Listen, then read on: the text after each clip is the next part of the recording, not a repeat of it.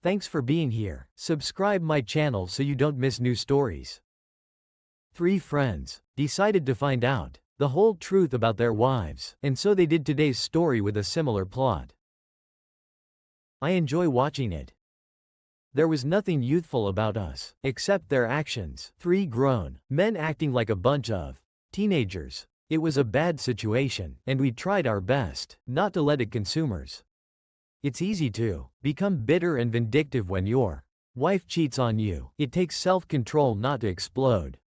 As long as the three of us were together, we could support each other. So which of our wives cheated? All of them. All this happened within 6 months. My wife Loretta jumped into action and had no problem getting Dee and Colleen to join her. By the time the three of us realized what was happening, it was too late to save any marriages. None of us were interested in trying. Tonight, everything fell into place. Surprisingly, neither of the wives suspects that we know what the hell is going on. We've spent the last month preparing and we're really excited to make it work. Woody, Terry, and I grew up together. We were born and raised in Waldorf and originally planned to retire here. Unfortunately, everything changed when the wives went crazy. Tomorrow we are leaving for our new life in Canada. Tonight would have been our last juvenile romance. Why youthful? Well, what we planned was childish and inappropriate. We preferred this to cruelty and vindictiveness. It was Terry's idea to go to Canada. The three of us went fishing there every summer. We always had a great time and often talked about how great it would be to live there permanently. Of course, we were all married and had children. Both of my daughters got married and moved away. Terry had a son who served in the Air Force. Woody had 2 sons in college and a 17-year-old daughter, Caitlin, still living at home. Caitlin would have been a problem until Woody found out that she was aware of what her mother was doing. She threatened to leave if he didn't do anything about it. As a result, 3 guys and 1 purposeful teenage girl went to Canada. It was difficult for a while, but we all agreed that we could still make it work. Terry was the chef. In fact, he was a cook. He had no formal education, just a lot of experience. For the last 10 years, he and Dora owned a small family restaurant. Well, they actually had a restaurant until Terry sold it last week without Dora's knowledge. I'm not sure how he pulled it off, but he walked away with $100,000 in cash. When he added that to all the money he had withdrawn from the bank and cashed out on insurance policies, we had a pretty good start. A package. Woody owned an auto repair shop with his brother Glenn. Glenn had been trying to buy a Woody share for years, so that was another easy $100,000 for us. He got almost half that for his 1964 Corvette. Today he cleaned out all his bank accounts. I was the only one in the whole group who went to college. I didn't have a business like the other guys, but I had over $250,000 in investments. I was earning a good salary as an electrical engineer and investing wisely. Even in a bad market, I was able to stand my ground. It took a couple of weeks to clean up, but it was all done now, so in total we had about $1 million. Our initial goal was to purchase a fishing lodge, but at some point we relented and settled on one where our guests could arrive by car. It ended up costing us almost $500,000, but we were happy. We had enough cash left over to get started and support ourselves for at least 4 years. If we made money, everything would be even better. We all packed our things and were ready. Tomorrow morning, a caravan of 3 cars sets off for new life in the northern woods. Wow, that sounded about as exciting as Little House on the Prairie. Loretta worked in the claims department of one of the major insurance companies in the area. Somehow she became close with her boss, Raymond, to meet Raymond. In the evenings, she persuaded Dora and Colleen to fill in for her. The girls would go out for dinner and drinks together, or to some house party, so that Loretta would have the opportunity to meet Raymond at his house. This went on for a couple of months, and then Raymond set up a date with Colleen. The girls didn't want to leave Dora unattended, so a couple of weeks Later, she also got a permanent chaperone. So as it stands, every Wednesday night, the girls hang out while the guys play poker. The three ladies and their lovers spent time at Raymond's country house. We never found out if any exchange took place, but it didn't seem to matter. Woody chose the Holiday Inn as his meeting place. We waited at home until the wives went for an evening walk. For some reason, each of them arrived in their own car. I think this was in case one of them wanted to leave early or stay late. Caitlin wasn't happy about having to wait for us at the motel, but we couldn't risk taking her with us. We weren't planning anything particularly complicated, but we could still run into problems. Woody and Terry were planning to go straight back to the Holiday Inn, so they went together. I wanted to see Loretta one last time before leaving, so I took my car. There were 6 cars parked in front of the upright house. It seemed like everyone was driving on their own. About half an hour after we got there, the light in one of the bedrooms came on and then went out again. Soon after, the same thing happened in the other 2 bedrooms. We each had a set of side-cutting pliers. It took less than 2 minutes to cut all the valve stems on each car. I had surveyed the house a week earlier, so I knew exactly where the electrical service box was. The individual switches were inside, but the main panel was outside, just above the meter. While I was climbing into the house, Terry and Woody were preparing smoke bombs. Terry built 10 smoke bombs using PVC pipe. I don't know what was in them except saltpeter in sugar.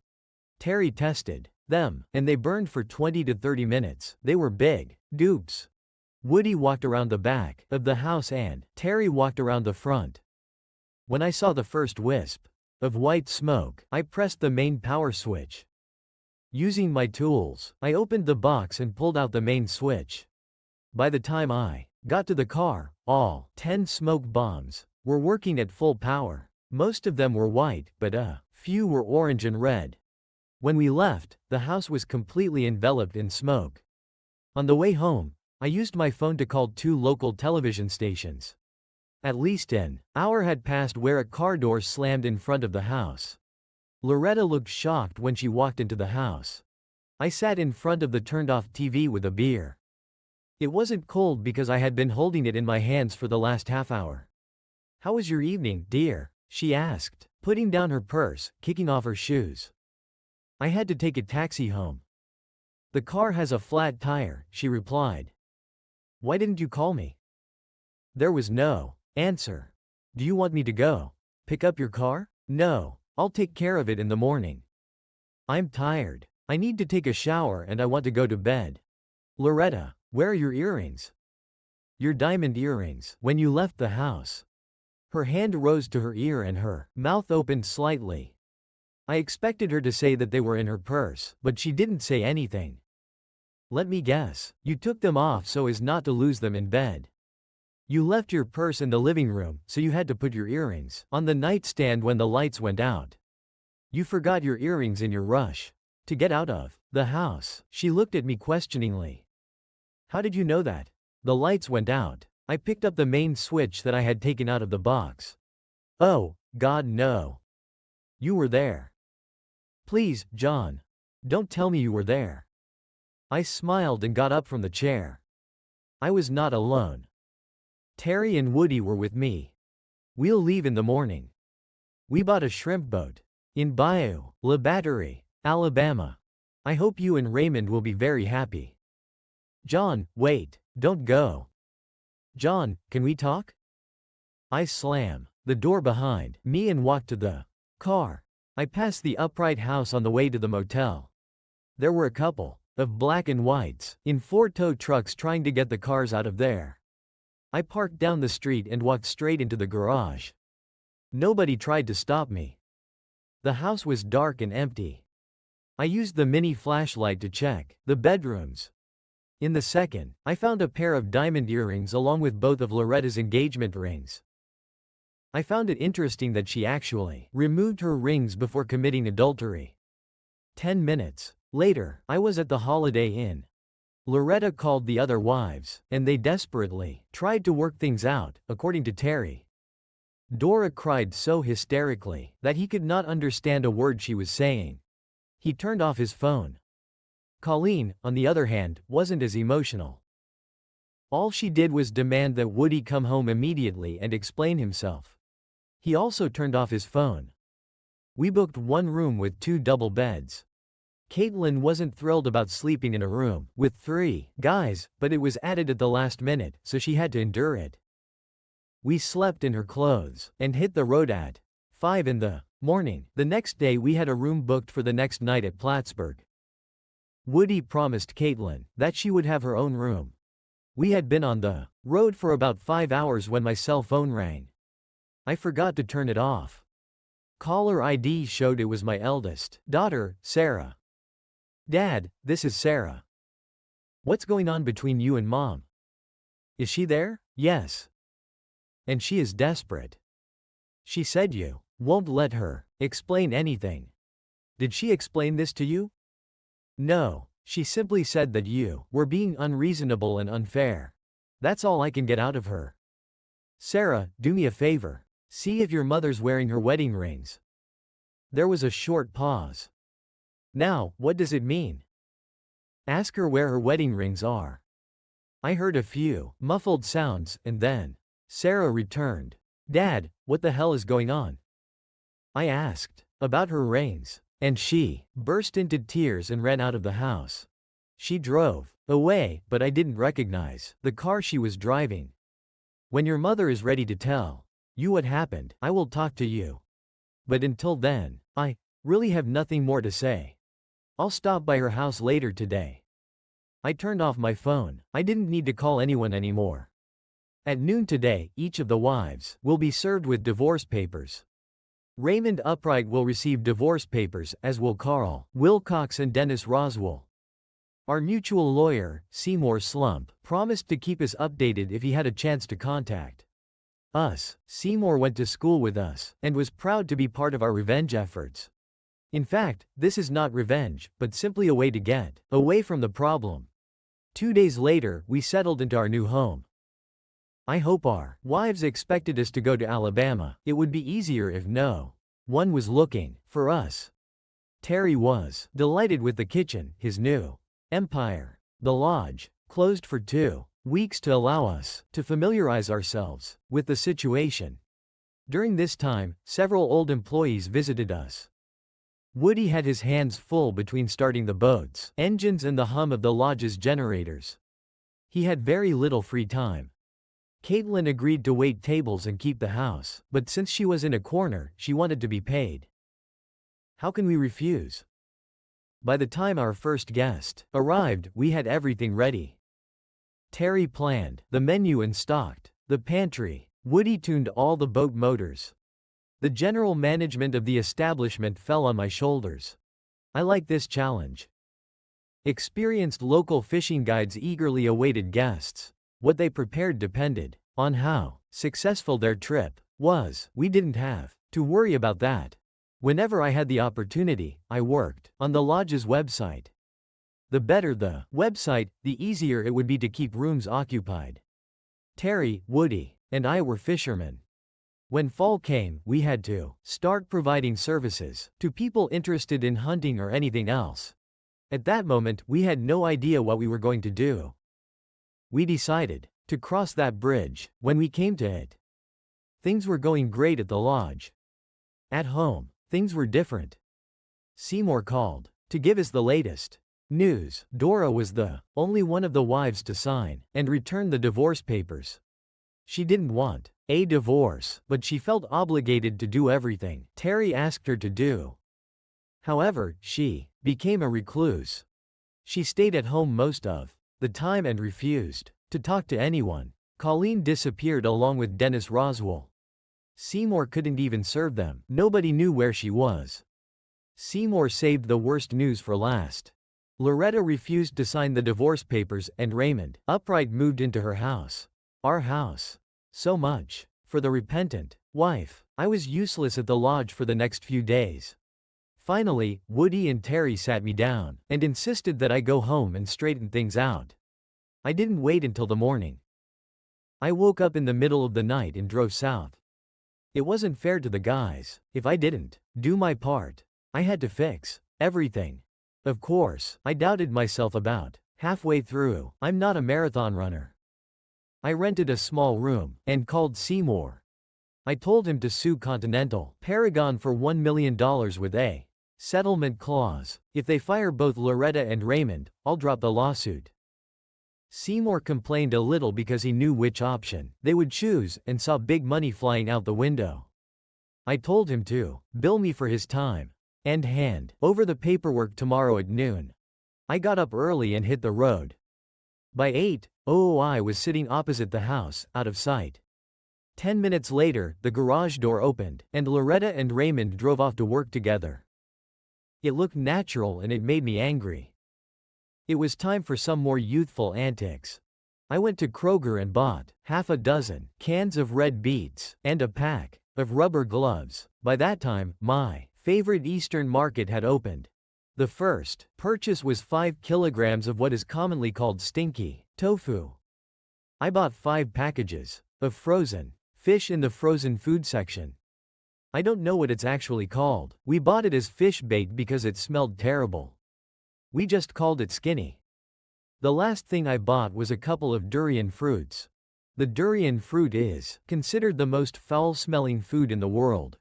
I was confident that I could figure out how to use it. 30 minutes later, I returned to my old house. I figured I had about 3 hours to do what needed to be done. The first step was to use the skinny before it started to thaw. All I needed was a regular screwdriver.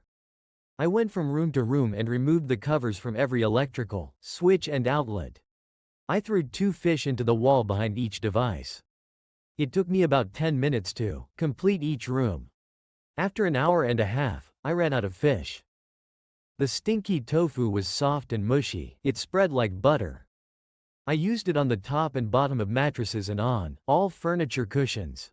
The smell permeated the fabric and was impossible to remove. I had to use a kitchen knife to cut the durian into pieces. Wow, it smelled rotten. I stuck a piece deep into each of the heating and air conditioning ducts and house. I walked around to inspect my work. I carefully screwed up all the electrical appliances so they couldn't figure out where the smell was coming from. Pleased with my efforts, I sprinkled red beet juice on every carpet in every room. No stain remover can remove it. I was done in the house. Before leaving, I went into the garage and opened the breaker panel. I removed each switch and then the main one.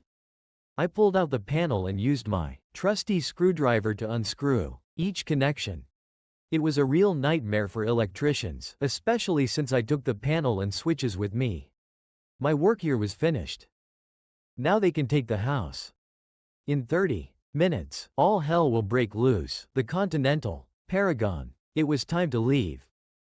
For some reason, I felt I had to stop and see Dora.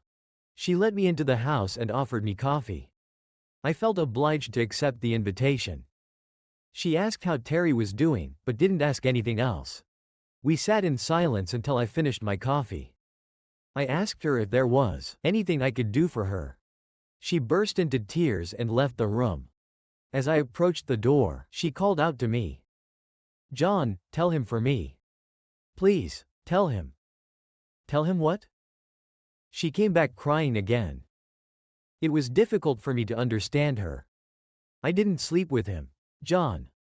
Tell Terry. I didn't sleep with Carl. I did some other things, but I didn't sleep with him. What do you mean by other things? You know, he continued to harass me. I had to do something to make him stop. I didn't even want to be there. Carlene and Loretta made me go. They thought that if I did it, too, I wouldn't say anything. I felt trapped. I just stood there. I didn't know what to say. Please, John, tell Terry I didn't sleep with him.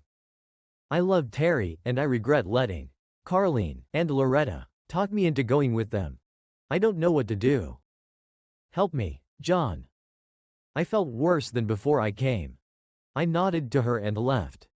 She sincerely repented of what she had done, but did not know how to fix it before heading back. I stopped to see Sarah. She no longer spoke to her mother. Loretta didn't tell her what happened, but somehow she found out. When Sarah confronted Loretta, there was an argument that had not yet been resolved. Another damn disaster. I was close to Plattsburgh when my cell phone rang. It was Loretta. Sarah must have given her my number. John, you son of a, what the hell have you done? Can you be a little more specific? I was fired today. They said they had to either fire me or go to court. Your name was mentioned. This is terrible, dear. I was hoping they were just paying me $1 million. I think we both lost. It was hard not to laugh. That's not all. When I returned home, I found the house destroyed. There was no electricity and the smell was simply disgusting. What have you done to my house? This is not your house, Loretta. You refused to sign the divorce papers. This is our house. It's as much mine as it is yours, and I can do whatever I want with it. I called the police. You'll have to pay to have it fixed and have the charges dropped. Why don't you just ask Raymond to fix it? He seems to handle things better than me. He would be glad to talk to you about it, John, especially since you got him fired, too. I'll tell you what, Loretta. Next time I'm in town, I'll give him a call. The conversation was becoming a little redundant. I was glad to hear that everything went well, but I really didn't want to talk to her anymore. I never bothered to say goodbye and just turned off the phone. I hope to be back at the lodge in time for breakfast. Everything went smoothly while I was away, except for one small problem. Caitlin, where the hell is your father? Hello, John. Welcome back. Dad will only be gone for a couple of days. He had a little problem he had to solve in Vegas. Yes, he had to borrow some cash for the trip. He asked me to tell you not to worry. How much cash does he have? $10,000. Why the hell does he need $10,000? I'm not sure, but I think it has something to do with my mother. Oh, where's Terry? In the kitchen, preparing for dinner. Well, other than the fact that one of the partners ran away with a large portion of our operating capital, everything seemed to be fine. Terry was busy but seemed to have everything under control. He realized that it was easier to serve a small buffet every day than to allow guests to order from a menu. It worked for him, and there were no complaints from residents. John, welcome back. How was your trip? It was actually a lot of fun. I was glad I went. I think you know what? He's gone. Caitlin told me briefly about it, but she didn't seem to know much. Colleen's in trouble. She called Seymour and asked if he could contact Woody. Looks like Dennis ran away from her after racking up a hefty hotel bill. She was arrested for defrauding the hotel owner. The bill was just under $10,000. They're holding her in the local jail until the bill is paid. She faces some jail time if nothing is done soon. You're not saying that Woody is going to use our money to pay a hotel bill for Colleen and her boyfriend? I don't think so. He smiled as he left. He might have something up his sleeve. God, I really hope so. We may need this money for the winter. He bought a round-trip ticket and should return this evening. I turned to leave when I remembered my visit to Dora. Terry, I saw Dora when I was at home. She's not doing well. Oh, after what they did to us, I have no sympathy for her or the others. I'm not sure, but I think things could have been different with Dora. Differently how? A traitor is a traitor. You can't fix this. Loretta and Colleen may have pressured her to join them. I don't think she wanted it, but she felt forced into it. Is that what she told you? Not really, but she wanted me to be sure to tell you that she didn't sleep with that guy. Then what the hell was she doing there? I didn't answer him. There was a brief pause in the conversation before he began to put two and two together. Oh, don't tell me it's great. Just great. She said she felt like she had to do something. She insisted that I tell you that she didn't sleep with him. Apparently, Loretta and Colleen really pushed her. I could tell Terry was upset. I'm sorry, John, but As far as I'm concerned, what she did was as bad as sleeping with him. She shouldn't have been there at all. I left him to think alone. I think I understood what was going on in his head, but I had to admit that I didn't know what I would have done under the same circumstances. It only took me a few hours to finish the day's work. I needed to figure out how we could make money during the winter months. We closed the fishing season, but we needed a little more. We were not interested in competing with hunting camps and unanimously rejected anything that had to do with snowmobiles. My research was interrupted by a new guest. Amanda was an amazing woman. God, that was a corny line. I kicked myself for even thinking about it. She was over 40, had short dark hair and a permanent tan. She was not a beauty, but her posture and demeanor made up for it. I assume you're the new owner? One of them. How can I help you? I can take care of myself quite well. I'm Amanda, chef. I have been coming here regularly for the past few years and hope to continue to do so. I hope you haven't changed too much because I hate change. If there are any changes that you don't like, just let me know. I will do that, I assure you. I felt like she was trying to tease me a little, but I wasn't sure of her purpose. It was my responsibility to make her happy, but I wasn't going to let her bully me. Luc Boudreau was my constant guide. I assume he's still available. Undoubtedly. I'm going to spend the rest of the day getting settled in. Can you make sure Luc will be here in the morning? No problem, miss. If Luc Boudreau was more than happy to tell me about Amanda. If for some reason she liked him, he was no better or worse than the other guides, but he refused to listen to her chatter. He said she seemed to like it. The only thing that interested her was pike fishing. It was strange because she came from Burlington and Lake Champlain. There were a lot of lakes. She had no reason to come to us. Luc wasn't sure, but he thought she was divorced. She had a son who only one-on-one trip with her. He hated spending time at the lake, so she never took him with her. She tipped big and seemed to be Luc's favorite guest. Pike fishing was an unusual choice for a woman. It wasn't exactly exciting. Hooking and landing a pike is like catching a log. She never bought any of them. It was strictly catch and release. There was something mesmerizing about her. I was looking forward to her staying with us. Somewhere in the middle of the night, Woody returned. When it came down the stairs, he was half finished with his breakfast and seemed glad to see me. Tell me the bad news, Woody. How much did your trip to Vegas end up costing us? Woody laughed quietly as Caitlin poured me a cup of coffee. Not a cent, buddy. Not a damn cent. You seem to be in a good mood. I didn't expect this. I paid for the ticket myself. John, round-trip tickets for Las Vegas excursions are quite cheap. I took a wad of cash with me to show off the clean. It worked perfectly. What worked? Woody finished his meal and pushed his plate aside. They held Colleen until she could pay the hotel bill. She and the idiot didn't pay. He ran away from her, but she wasn't smart enough to understand what was happening. When she pays $9,700 plus court costs, she will be released. I showed her the money and promised to take care of everything as soon as she signed the divorce papers. I've never seen her act so quickly. I thought you said it didn't cost us anything. John, I'm not that stupid. I took the signed papers and walked straight out of the courthouse. I'm sure it was several hours before she realized I had fooled her as much as Dennis had. I mailed the signed papers to Seymour and boarded the next plane back to Montreal. You're a nasty son of a Woody. Yes, I know, and I feel great.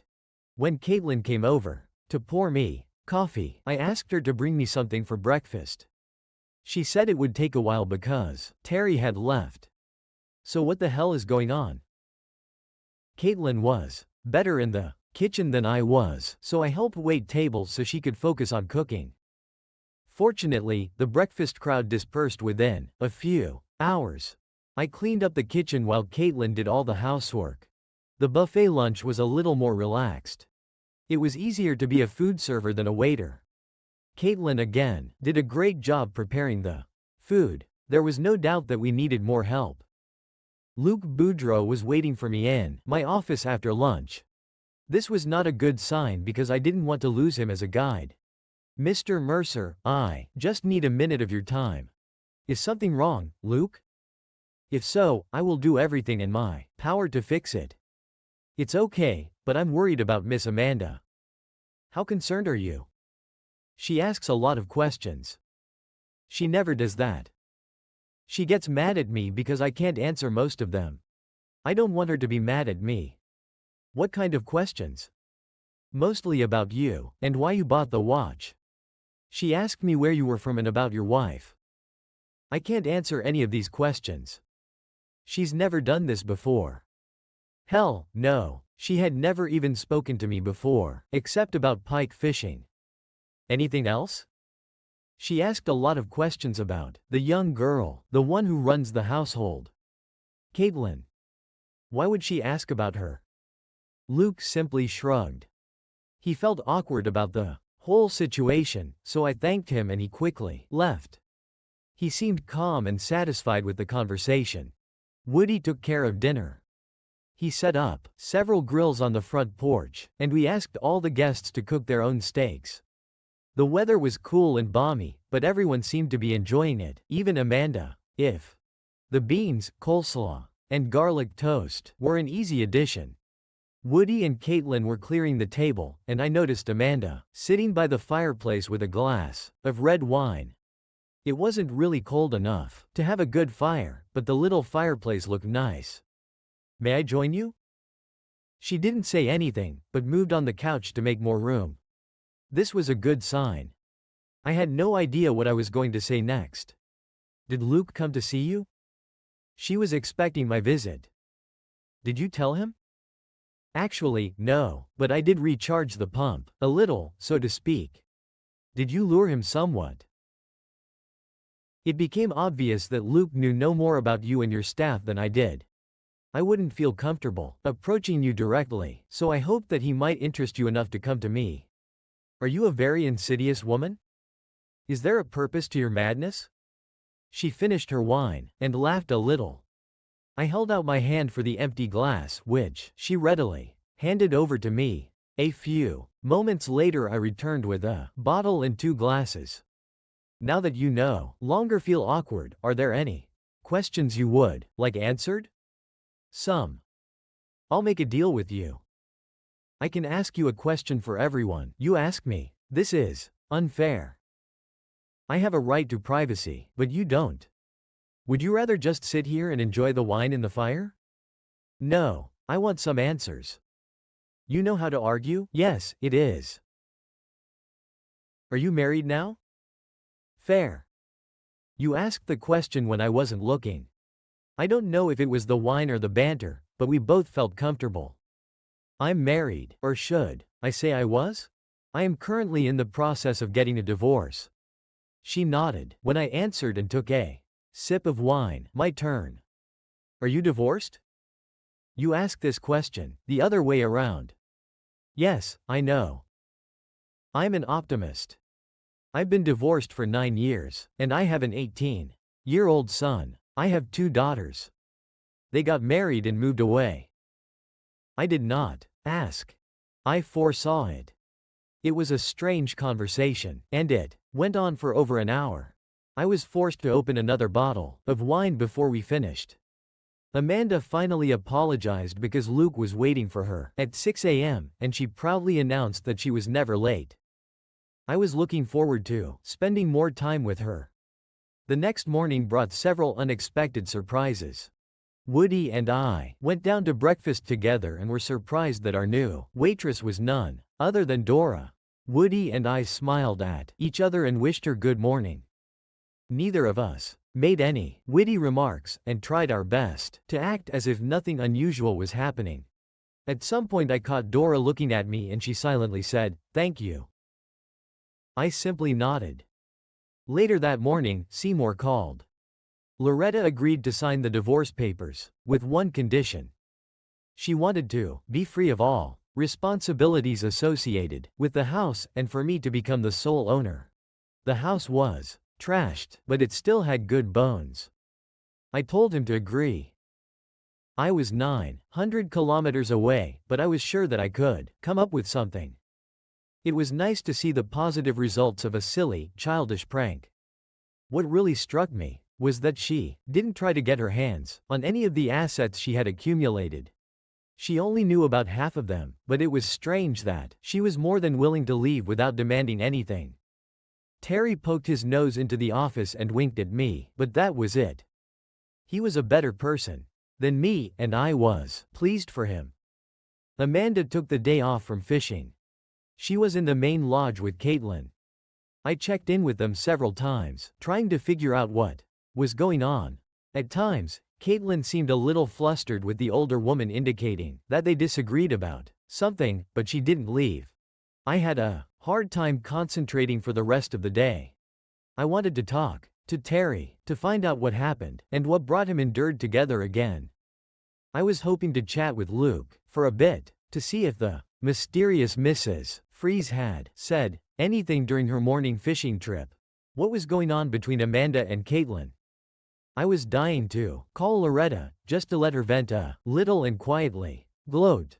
I was sure Dora wanted to talk to me, but it wasn't obvious. Damn it, I was turning into the busiest person in the world. Suddenly, I found myself laughing at the stupidity of it all. Woody came in with a couple of cold beers and broke the spell. Terry was whining because we used up all the steaks and ruined his menu for the rest of the week. The beer was undoubtedly delicious. Woody and I decided that we wouldn't ask Terry what was going on with Dora. When he's ready, he'll tell us. Not long after Woody left, Luke stopped by just to let me know that Mrs. Freeze was in a great mood that morning. She caught some fish, but didn't seem upset about it as he left. He smiled at me and winked. I wasn't sure what that meant.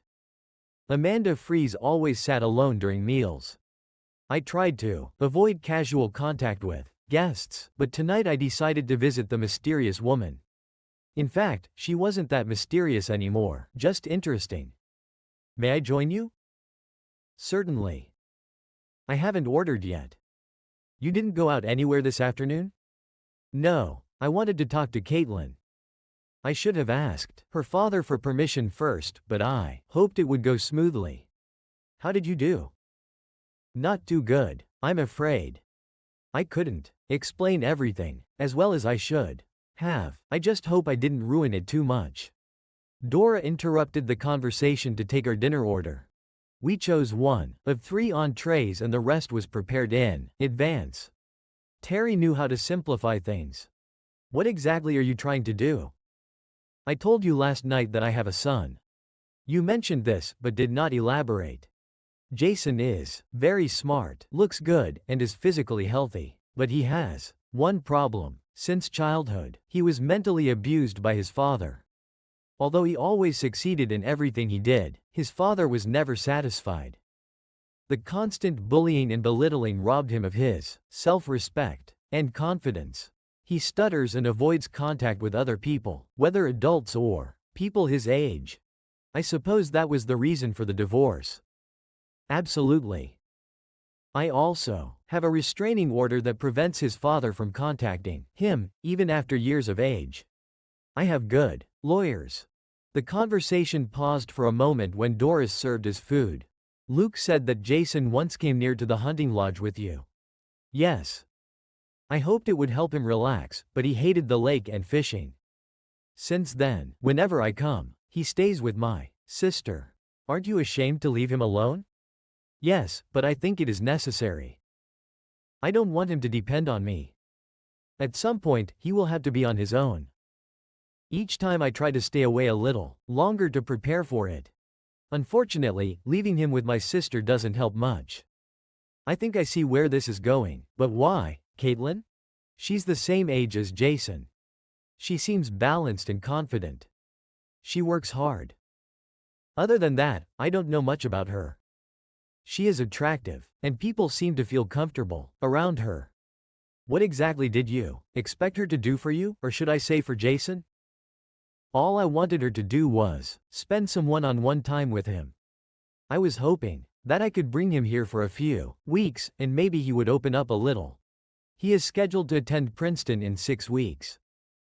In his current condition, he will not be able to go. I have spent thousands of dollars on professional therapists, and it was all wasted. That's probably too much to expect in 2 weeks. I had to try something. I noticed that Caitlin didn't seem too happy. She promised to think about it, but I'm afraid it doesn't look too promising. Would you like to talk to Woody? I was hoping you could do this for me. Why me? I'm good at reading people. Unfortunately, I'll allow my father to choose my husband. I will never make this mistake again. I'll see what I can do. Will you have dessert? I will do so if you join me. I found Caitlin and Woody on the porch. It was cool but beautiful. Can I interrupt? Certainly. Caitlin and I were waiting for you to come out. How was your dinner? Interesting. Your beautiful daughter was the topic of our dinner discussion. This is what we hoped for. Uncle John, she made me angry. I can't tell if she wants me to be a nanny for the children or an easy woman. I wasn't actually her uncle, but she got used to calling me that many years ago, and it seemed to stick. There is a big difference between these two options. Well, I'm not happy with any of the options.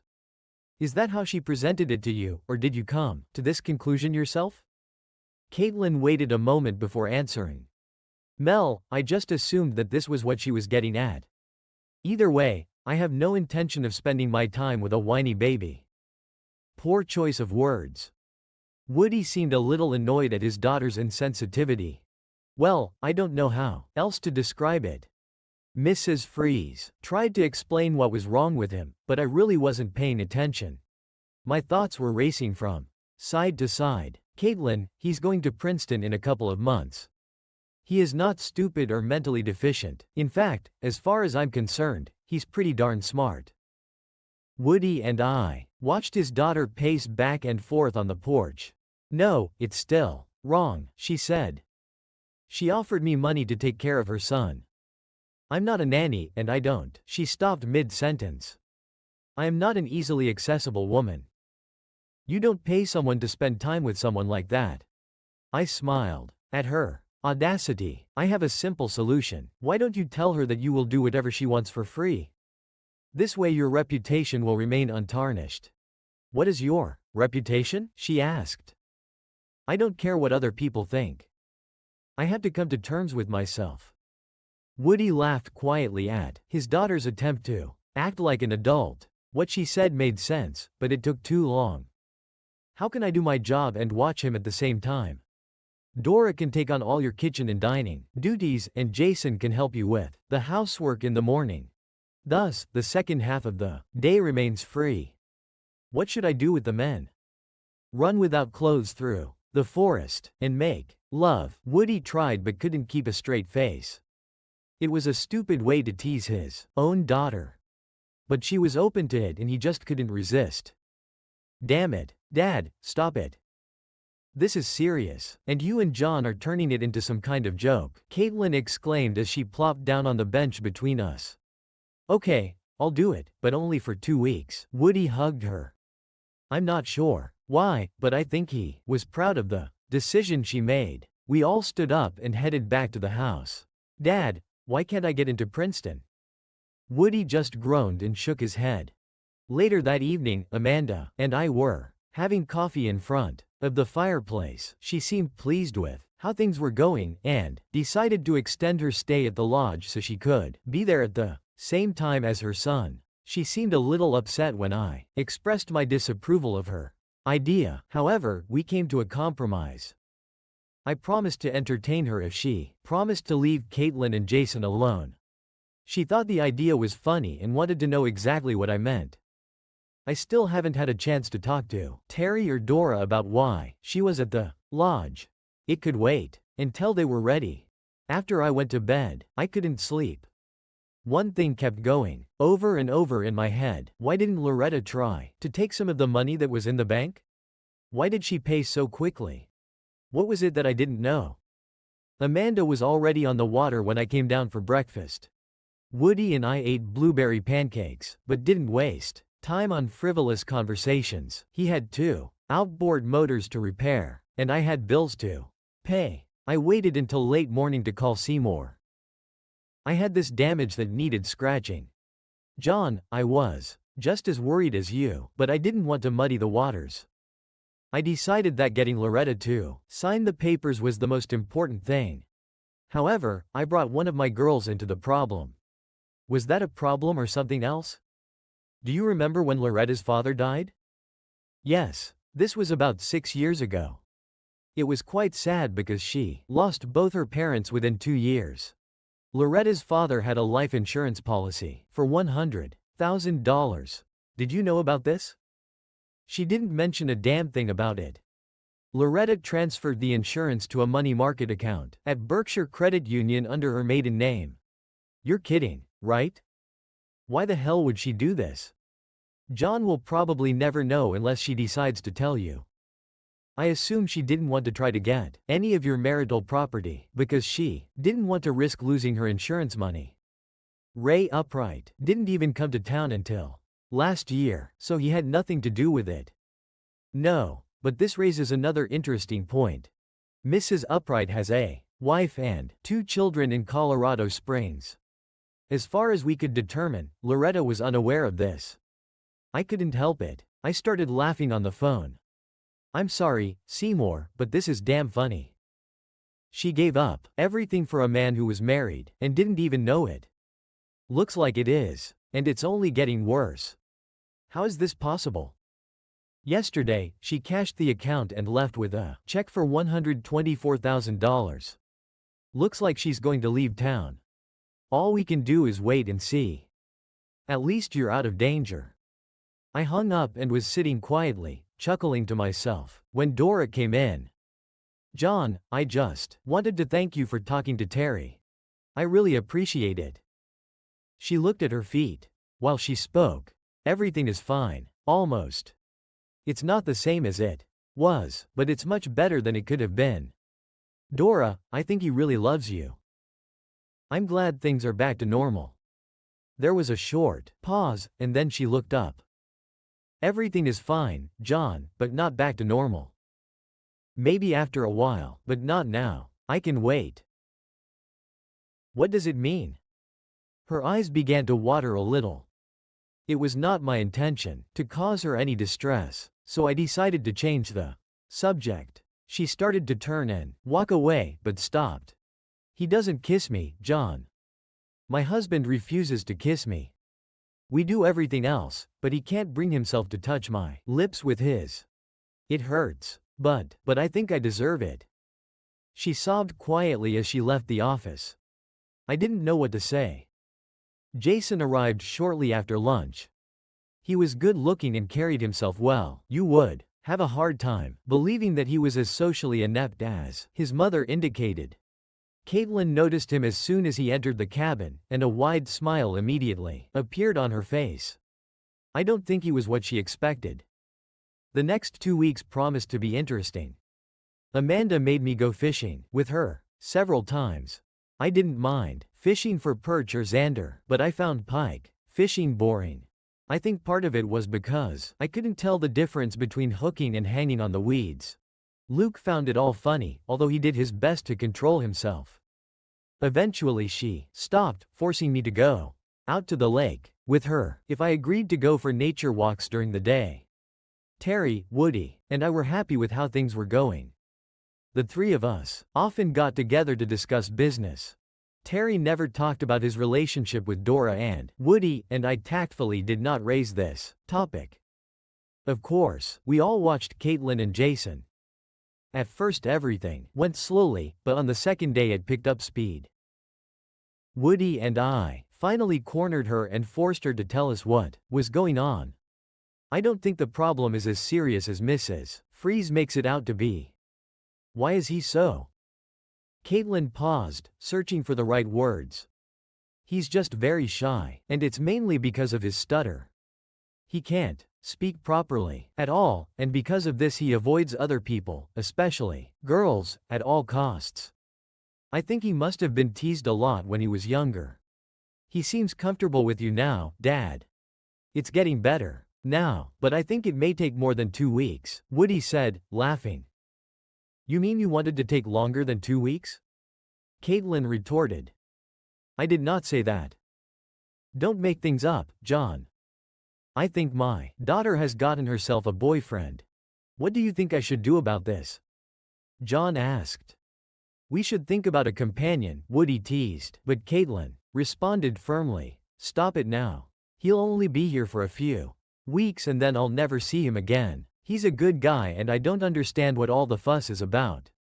Does he have a girlfriend, Uncle John? Caitlin asked, curiously. It doesn't matter, but the answer's no. I don't think he's ever gone on a date because his father mentally beat him and his mother protected him. He didn't stand a chance. Have you kissed him yet, Dad? Caitlin inquired. No, I didn't kiss him. And I'm not going to. Maybe you can leave this. We're fine. Stop trying to ruin everything with this short lecture, John replied. She left the room, leaving Woody and me to look at each other and smile.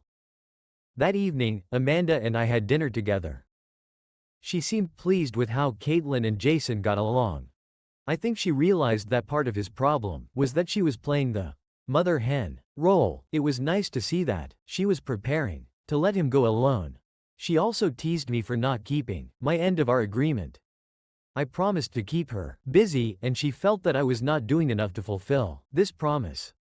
Things were going smoothly at the lodge, the guests were happy, and we actually made a profit. It was small, but it was a profit. We contacted several ice hunt operators in the area and they were more than willing to put as many facilities in the lake at the lodge as we could accommodate. We could only run them for about 10 weeks, but that would fill another period of inactivity. There were several birdwatching organizations in the area. This gave us another opportunity to fill the slow few months of spring. We had enough property and surrounding public land to create several birding trails. We were hesitant to invite guests to wander through the woods during the fall hunting season, so we decided that fall would be the best time to maintain the entire property. I spent every evening with Amanda. It became natural and comfortable for both of us. It was almost 10 days after Jason's arrival that Woody and I experienced a bit of a shock. Caitlin met with Amanda to update her on the progress she had made with Jason. According to Amanda, things were going much better than she ever expected. They talked for about an hour and then Woody's little daughter calmly asked Amanda if she could get her some pills. This was something Mrs. Freeze didn't expect. Without hesitation, she agreed to do it, after Caitlin walked away smiling. Amanda changed her mind. That's where Woody and I came in. Amanda had no problem complying with Caitlin's request, but she wouldn't consider it without Woody's approval. This is something a father should not have to deal with. Mothers were put on this earth to take care of situations like these. Amanda and I tried our best. These Woody's anxiety about this request. Reluctantly, he finally agreed that it was for the best. It turns out Caitlin liked Jason better than any of us expected. The next morning, I received a phone call from Loretta out of the blue. John, I need a little help. When I signed the divorce papers, I didn't ask for anything. Well, you know, in terms of money. Yes, I know. Well, I'm in a bind right now, and I was wondering if you could spare a few thousand to help me out. It was obvious that something had happened over the past few days, something bad for my future ex-wife. I don't understand. I thought you had a lot of money. What do you mean, John? I didn't take anything from you or from your accounts. No, I meant your father's insurance. There should have been enough in there to last you a long time. There was a pause on the other end of the line. John, did you know about the insurance? Of course. I'm not that stupid. What happened to all that cash from the account? Oh my God, John, I feel so ashamed. I did a stupid, very stupid thing. How stupid? Loretta, Raymond and I opened a joint bank account using a cashier's check I received from the credit union. Let me guess. Raymond is skipped town and the bank account is empty. Yes, yes. And I don't know what to do. John, I need your help. Are you going to go and retrieve the money? What do you mean? Where do I go? I have no idea where he is or where he might go. I'm guessing he's on his way to Colorado Springs to see his wife and kids. A long silence followed. He is married? Yes, and he has 2 children. Why didn't you tell me if you knew that? You should have told me. John, sorry, dear. I got the distinct impression that you wanted me out of your life. Now I could tell she was crying. It's time to stop the torture, Loretta. Come see Seymour tomorrow. I'll call him and tell him to give you $5,000. This should last for a while, at least until you can get to Colorado and find a lawyer there to help you. John? Yes, thank you. That was the last time I spoke to Loretta.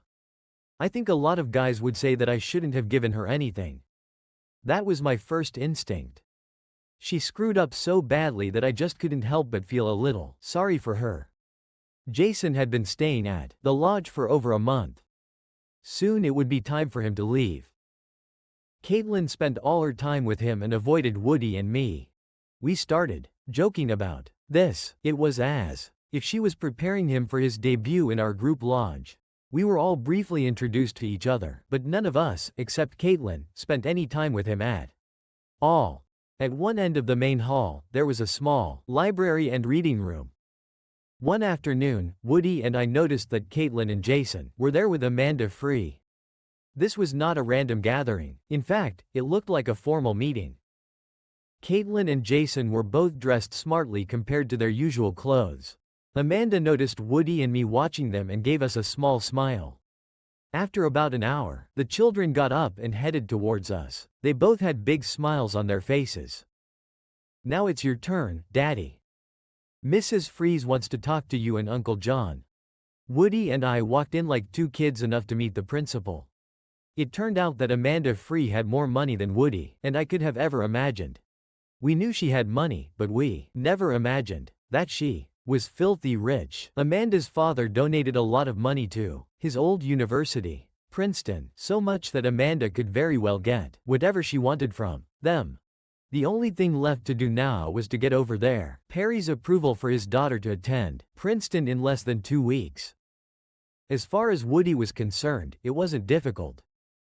Terry later joined the 2 of us on the porch. It was too cold for beer, but we drank it anyway.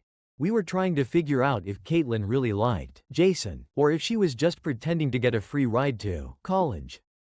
We didn't spend too much time on it. Terry still didn't talk about Dora. Woody and I knew that this topic would never, ever be discussed. Later that evening, Amanda joined me in front of the fireplace with popcorn. Popcorn tasted better in the microwave, but popping it in the fireplace was more fun. I like the burnt crispy greens better. I'd never thought it appropriate to drink wine with popcorn, but tonight seemed special to me. This was the first night in a long time that I didn't sleep alone. We thought we were keeping a low profile, but we forgot that Caitlin was the one made the beds in the morning and unassisted. Amanda's bed did not go unnoticed. Amanda and I endured Caitlin's barbs at breakfast. Later that morning, Amanda moved her things into my room. Jason, who is usually very quiet and reserved, winked at me during lunch. I assumed I had his approval. With regard, Recovery Enterprises agreed to repair the destroyed house for $114,000, plus 5% of the resale profit.